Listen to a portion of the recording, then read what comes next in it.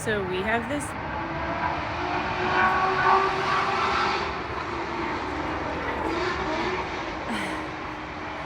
so we have this ball. It's a SpongeBob ball. I think it came from Target.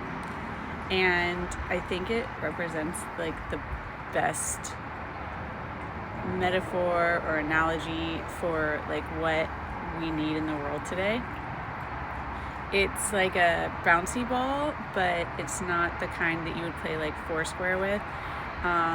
It's a little bit light, but it's not too light that if you kick it hard, it won't like go very far. It goes like medium far. And it's got like, I don't know if it's like buoyancy, I don't know how else to describe it, but the like amount of bounce that's there and the amount of air that's in it makes it so that like I started to kind of like bounce it on my knee and like pretend like I was a soccer star, like I was when I was younger. And I can do that. Like I look like I know exactly what I'm doing. I look like a soccer star.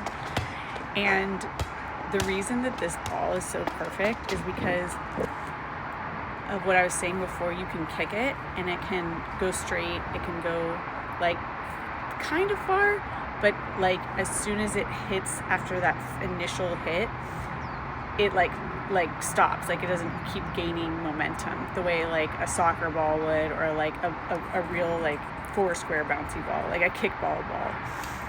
And I feel like that is the ball that everyone needs to learn the new sports with, because you can't be bad at it. And it also is like safe, so it's like I can play this in my little driveway with my son and not worry that it's going to go into the street all the time.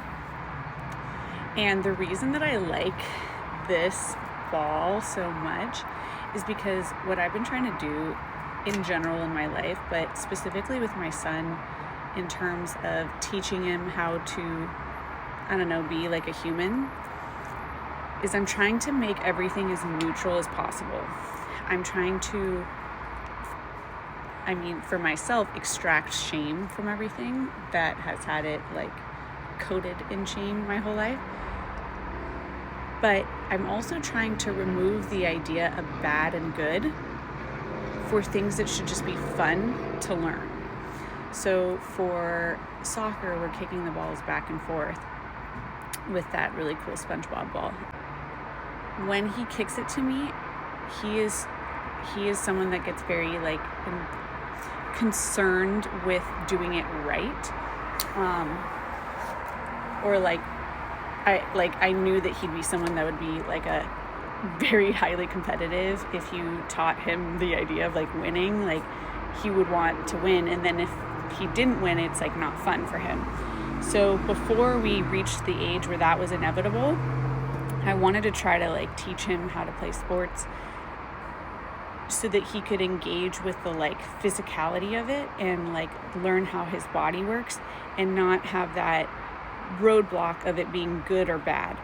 So what I try to do is I try to be descriptive in how I like label his kicks. So instead of like that was a good kick, I'd be like that was a really straight kick, or that was a really powerful kick. Ooh, or that kick in like I drew SpongeBob on the wall for our like in our little driveway, and so if he like hits the wall to any of them, I'll be like, oh, you kicked it to SpongeBob, or good kick to Patrick. And or I'll be like, that was a soft kick.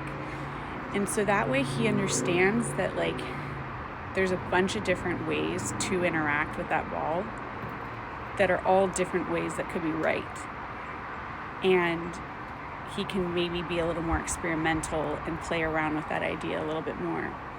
And I also have been trying to apply that same mentality to like every area of my life. Specifically, emotions have been the hard part for me because of like my background, but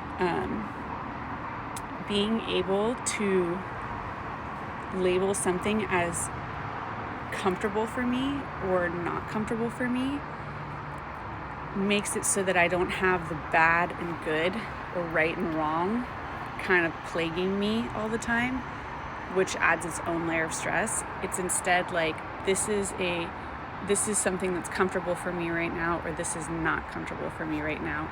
Maybe it's something that'll be comfortable for me later, and that removes that. But anyways, I just wanted to share my thoughts on that with this ball that will make anyone look like a soccer superstar.